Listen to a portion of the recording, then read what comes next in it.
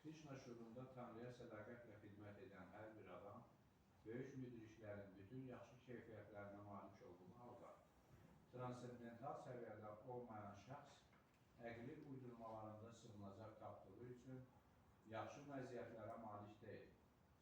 Buna görə də burada qəti surətdə deyilir ki, insan əqli uydurmalardan doğan hər cür istəklərdən imtina etməlidir.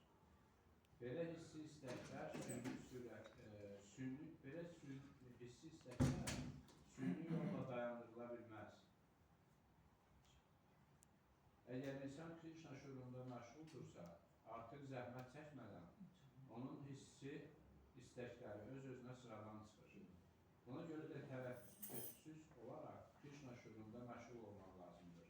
Çünki sədaqətli xidmət insana transendental şuur səviyyəsinə qalxmağa kömək edir.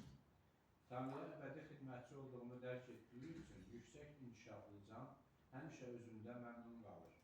Belə transendental halda olan şəxs məhdud maddi təsəvvürlərdən doğan hissi istəklərdən yüksəkdədir. Daha doğrusu, o Tanrıya təbii, əbədi xidmət vəziyyətində daim xoşbəxtdir.